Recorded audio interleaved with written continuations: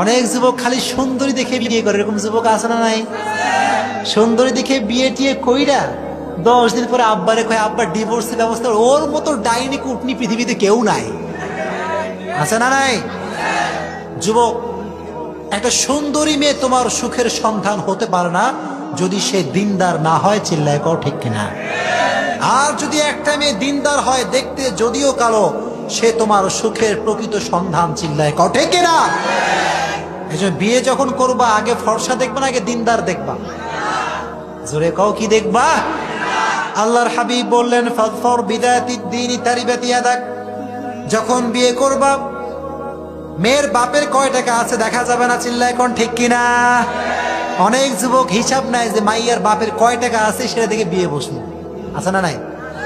খবর লাগায় ময় মুরব্বি যান, মাইয়ার বাপের কয়টা বাড়ি আছে, কয়টা জমি আছে, খবর লাগায় কি লাগায় না? যুবক, তোমার বিয়ের পর জমি কাজে আসবে? যখন কাজে আসবে, বিয়ের পর তোমার দিনদার বউ তোমার কাজে দিবে, চিল্লায় কও ঠিক কিনা? এজন্য যখন বিয়ে করবা দিনদারি দেখে সবচেয়ে গুরুত্ব দিবা, চিল্লায় কও ঠিক কিনা? আর যখন বিয়ে করবা একটা বিষয় মাথায় রাখবো, when you choose your life partner, you don't choose your life partner only, and the same time you are choosing the mother of your upcoming sons and daughters, চিল্লায় কও ঠিক কিনা?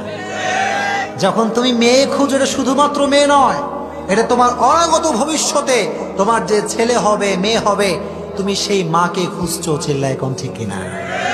এখন মা যখন খুঁজবা খালি সুন্দরী দেখলে হবে, টাকা পয়সা দেখলে হবে? আল্লাহ তুমি সমস্ত যুবককে দিনদারি মেয়ে দিয়ে দো, পড় না আমিন, জোরে কোন আমিন।